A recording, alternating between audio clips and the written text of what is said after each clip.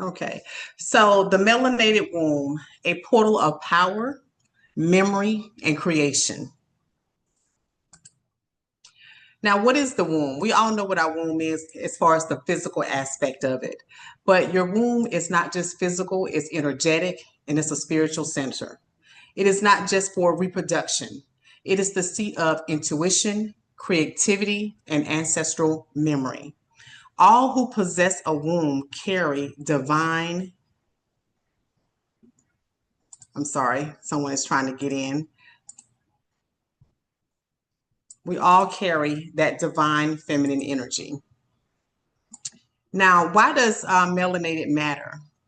Melanin is more than just a pigment. It is a divine conductor of light, frequency, and memory. The melanated womb holds unique power, resilience, and ancestral wisdom passed down through the bloodlines. There's a connection to the earth, the cosmos, and the divine feminine source energy. The womb is not just an organ, as I said before, it is multidimensional. It's a gateway of power, memory, and transition. It is the entry and exit point for souls, for the ideas that you hold, for the healing that you need, and for transformation. Through the womb, life is born physically, spiritually, and creatively. Our womb is very powerful. The womb holds more than life, it holds experience. It holds trauma and joy, suppression and ecstasy. It holds stories that have never been told, but yet they have been felt in the bones.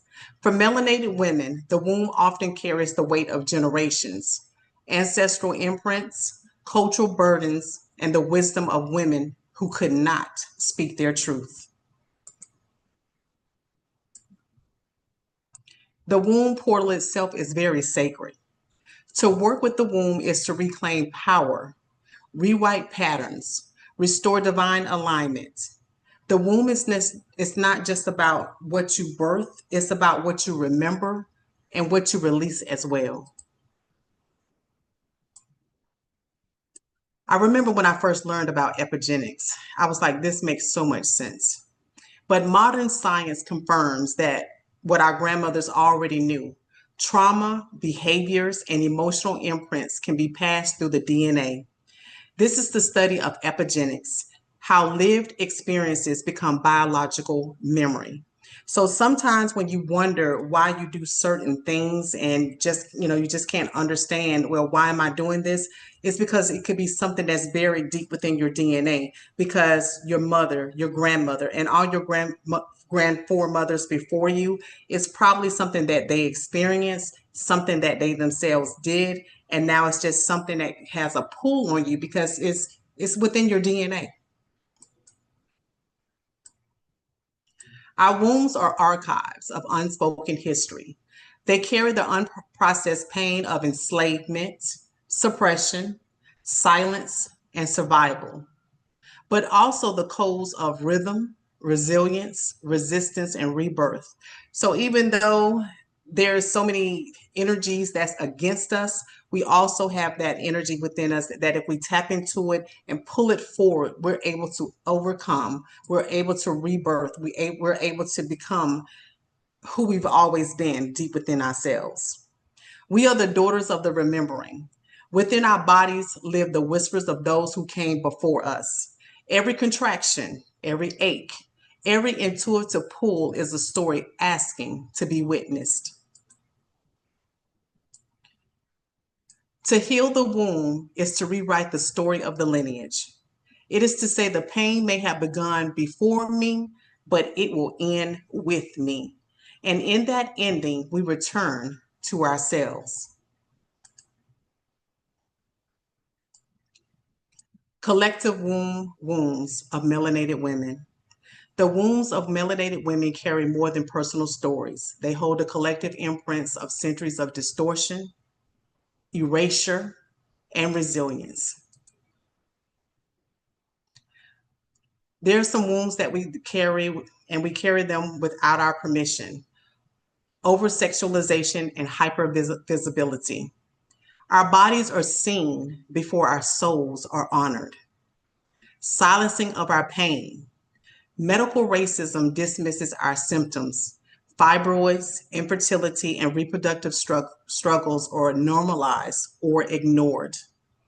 But the number one solution they usually have for us is a hysterectomy.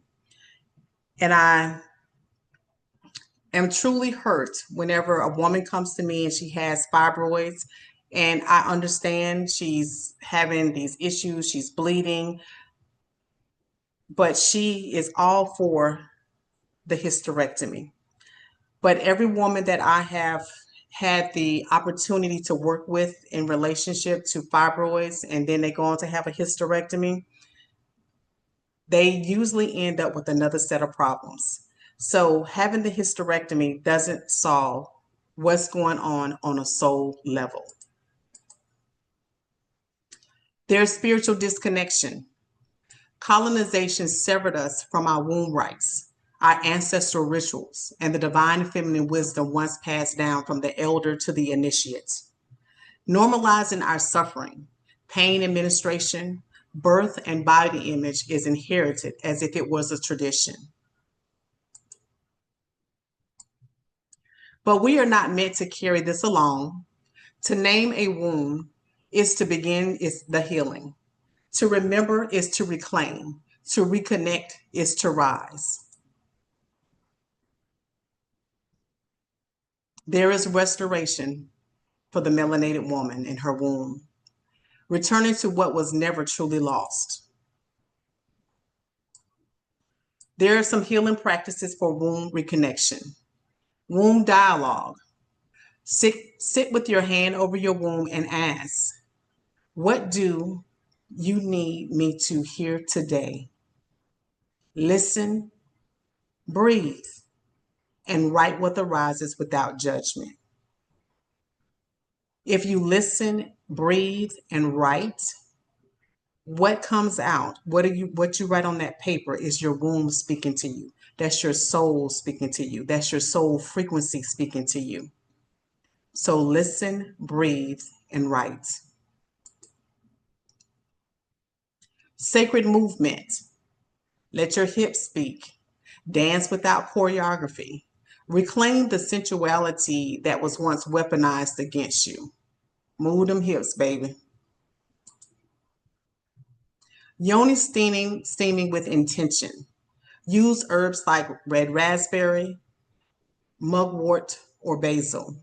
Steam not just for the body, but as a ritual of return. Back in 2016, when I started doing yoni steams, it was basically, well, I look back on that time now and I see it was, in a sense, a fad. Not many places or not many practitioners was doing it on a soul level, on a womb level, to where you would actually go and sit and release. When you do a yoni steam, you're opening up that portal. Your womb is a portal. You're opening up the portal for release. You're able to sit, release, relax, and you're able to take steps forward in your healing. I'm still doing yoni steams as I did them back in 2016, but I'm doing them with more depth. I'm doing them with more healing, and I'm doing it with more transformation. So yoni steaming is something that can definitely help you to heal not just yourself, but your lineage, and help you to heal on a physical and a spiritual level. Ancestral prayer, naming and calling the names of the women before you. Speak their truths out loud. Let their silence be broken through your voice. Mary McAllister Jones, that's my great grandmother. Ines Walker Jones, that's my grandmother. Lula Walker Griffith, that's my great auntie. Patricia Walker Dwight, that's my mother. Rosetta Walker Milbrooks, that is my aunt. Georgia Walker Bivens, that is my aunt. Belinda Walker Hamilton, that's my first cousin. Renisha Walker, that is my first cousin. On a routine basis, I call their names during libation. Calling their names give remembrance to them, number one.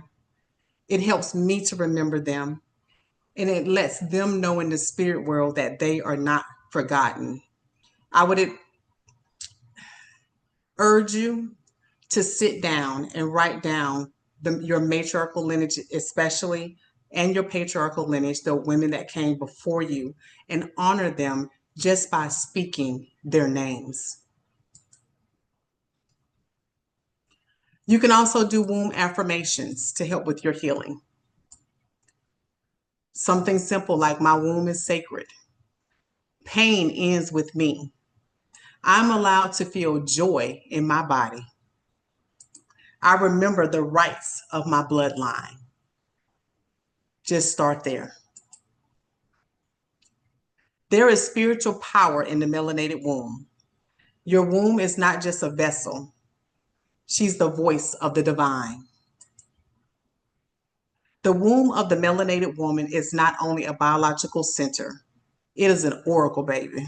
It's a portal and it's a sacred altar. Within our womb is spiritual technology. Spiritual technology is the sacred system we carry in our bones. It's how we shift energy. It's how we remember who we are and activate the power stored in our wombs. Through ritual, breath, sound, and intention, we don't just heal, we transform, and that's soul work. This spiritual technology goes, it takes our wombs to a whole nother level. Because as I sit and I look at this and I just think about your womb as a living oracle. Some of you might not realize you carry within you a divination tool. That little urge that you get in your belly sometimes, that intuition that tells you that something just is not right, or when you come in contact with some energy, that's your womb. That's your divination tool. It's your knowing. It's what reveals the truth to you. Your womb whispers before your mind understands. So connecting with the energy of your womb is sacred. It's important. It's everything. Your womb is a channel for divine energy. Through her, we receive visions, birth creations, and alchemize pain into power, baby. Just think about some of the dreams that you have had or some of the thoughts that you have on a day to day basis. That's your womb. That's that melanated womb, giving you a picture, a vision of what it is you could do if you just took those steps forward. Embodiment of the Divine Mother. She is the seat of Aset, the flow of Yemenya and the radiance of Oshun, and the fire of Oya. Within her, the entire pantheon breathes. Our womb is the embodiment of the Divine Mother.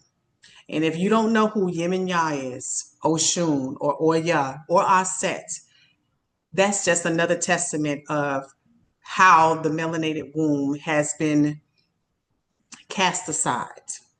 But these are some energies you definitely want to know.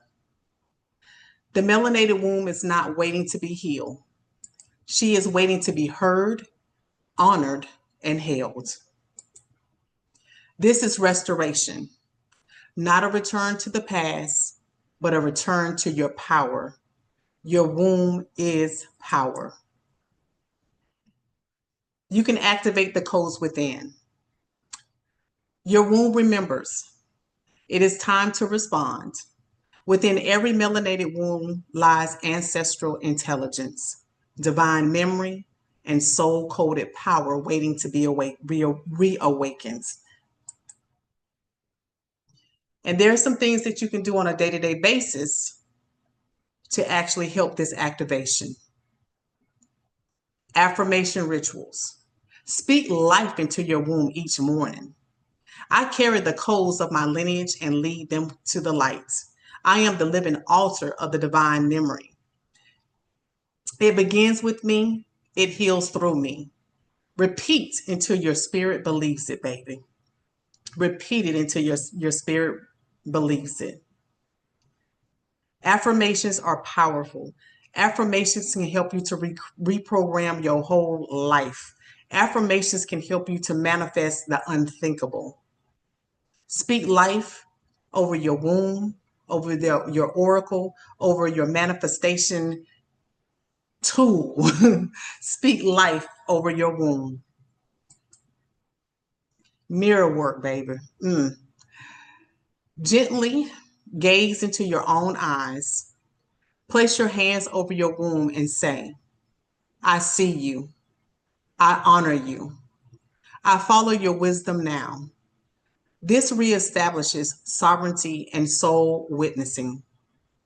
Again, gaze gently into your own eyes. It's going to be hard at first. I've done this several times. Place your hands over your womb and say, I see you. I honor you. I follow your wisdom now. And reestablish that sovereignty. Womb temple visualization. Close your eyes and journey inward. See yourself entering a sacred temple, your womb space. What does it look like? What is ready to be cleared? What is ready to be blessed? And what is ready to be claimed? Let your ancestors or your guides meet you there. Womb temple visualization. Breath and sound activation. Inhale into your belly, into your womb. Exhale with sound. A hum, a moan, or a chant. LaShun, I'm just saying my divine name. Let the vibration loosen stagnation and awaken remembrance. Breath is the key, and sound is the unlocking of the frequency.